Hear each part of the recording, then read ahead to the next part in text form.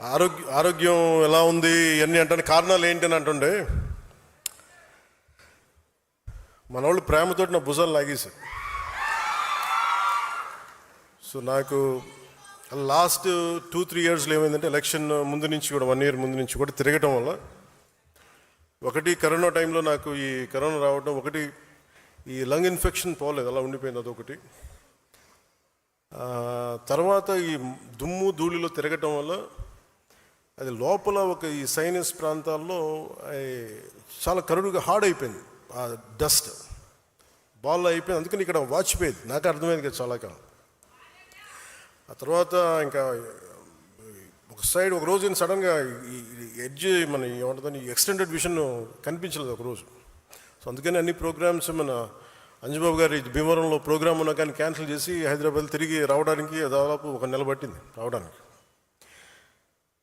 అలాగే మిగతా వచ్చాం కదని చెప్పి ఏంటంటే ఇబ్బందులు ఉన్నాయి అన్నీ చేయించుకుంటే ఈ 2 భుజాల మధ్య కూడా టేర్ వచ్చేస్తుంది. వాళ్ళు అడిగారు ఎట్లా క్యాల్సిఫికేషన్ కూడా వచ్చేసింది 2 భుజాలు మన భుజాల్లో ఎట్లా వచ్చింది అని అడిగితే ఏం లేదు, నన్ను మా వాళ్ళు ప్రేమతో లాగేశారు అన్న అని చెప్పి ఒకళ్ళు ఇట్లా లాగుతారు అట్లా లాగుతారు. అంటే అంతకుమించి నాకు వేరే కారణాలు కనిపించలే.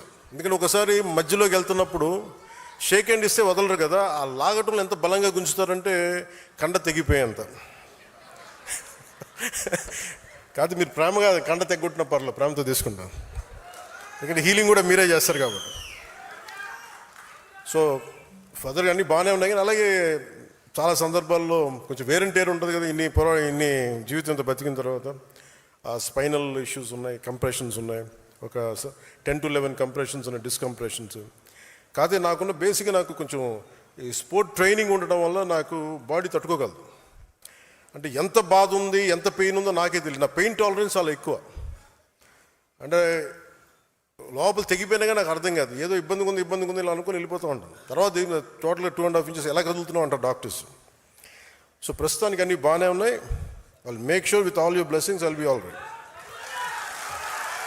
నా కోసం ప్రార్థించిన మీ అందరికీ కూడా పేరు పేరున ప్రతి ఒక్కరికి నా ధన్యవాదాలు. మీరు కాకపోతే ఇంకెవరిని ప్రేమిస్తాను నేను.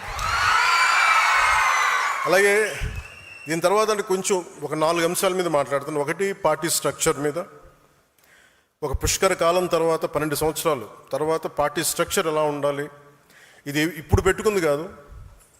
2007లో ఇందాక మన తెలంగాణ నుంచి వచ్చిన ఇక్కడ మన భైరవ్ భాష సాంబశివుడు మాట్లాడింది 10వ క్లాస్లో చూసి యూత్ వింగ్లో అప్పుడు ఎలా మాట్లాడానో అన్ని స్ఫూర్తి చెంది ఈరోజు మాట్లాడిన సాంబశివుడి మాటల గురించి చెప్తాను.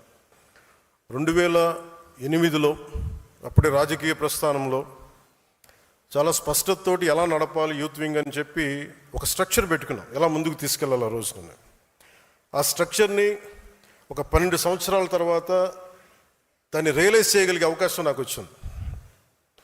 సో ఇది అన్ని పార్టీలకు ఎంత ఉంటుందో నాకు తెలియదు, కానీ జనసేన అందుకే నేను 12 సంవత్సరాలు ఎప్పుడు లూజ్గా వదిలేసాను స్ట్రక్చర్. కాంక్రీట్గా ఫిక్స్డ్గా ఎప్పుడు ప్రయత్నం చేయలేదు. ఎందుకంటే ముందు నలగాలి మనుషులు